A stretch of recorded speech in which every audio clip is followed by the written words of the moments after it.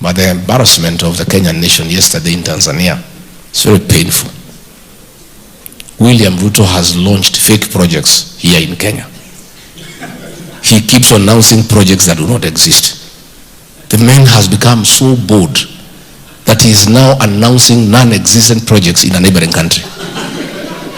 You know, it's so embarrassing to our country that a president from Kenya goes to Tanzania to announce that there will be a project in Tanga for oil refinery when the president of the country is not even aware of such a project. You know, it's a kind of insolence, impunity. You know, he has lied to Kenyans so much that he has no qualms about going to lie to the people of Tanzania. How do you go to a neighboring country to announce a project that is non-existent?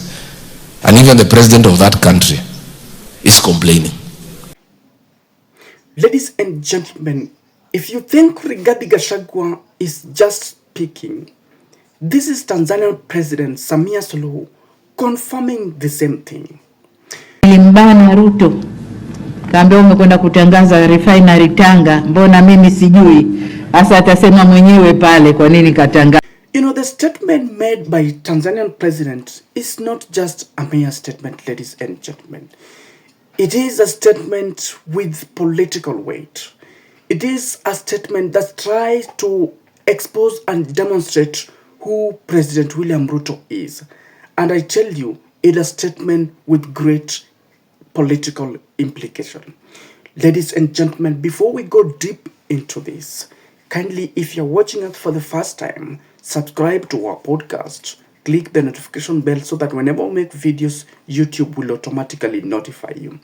And if you've been watching us and not yet subscribed, it is my humble plea to kindly support the channel by subscribing to our podcast. Now, ladies and gentlemen, this particular statement made by President Samia Suluhu means something. And actually, President Samia tried to expose President William Ruto. This particular statement serves as a warning to Kenya.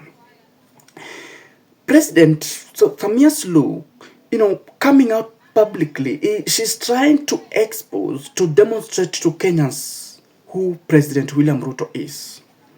Yes, because how will you launch a project in somebody's countries kama yeye mwenyewe ajui?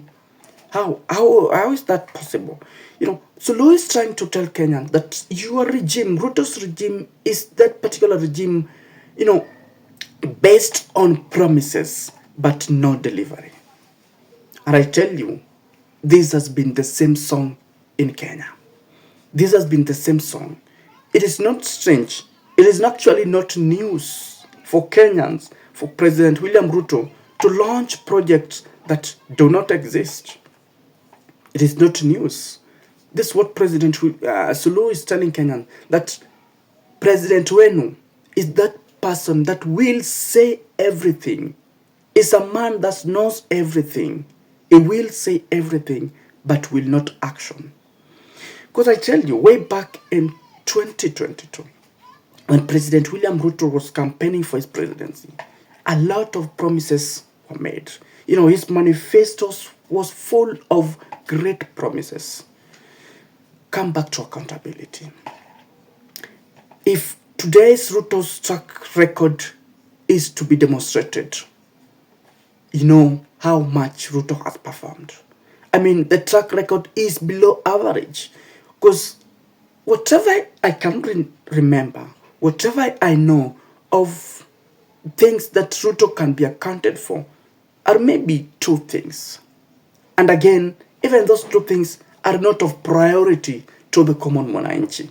Because Ruto's regime was to be built, his model was the bottom-up model. This was a strategy that was meant to uplift the common mwananchi. You know how much that common mwananchi is frustrated. You know how common mwananchi is disappointed by this particular regime. That is what actually President Suluhu is demonstrating. And again, President William Suluhu is also showing something to President William Ruto that, boss, you have to mind your boundaries and limit. Yes, huku ni kwetu, huku ni Tanzania. It is not like Kenya. But in Kenya, you have the liberty, that freedom to go anywhere, to launch projects, tell Kenyans what they want to hear. But in Tanzania, it's a different thing. I man this particular country, and there is no way you can come and say something without my consent. Because Suluhu had a choice to keep silent, keep quiet about this.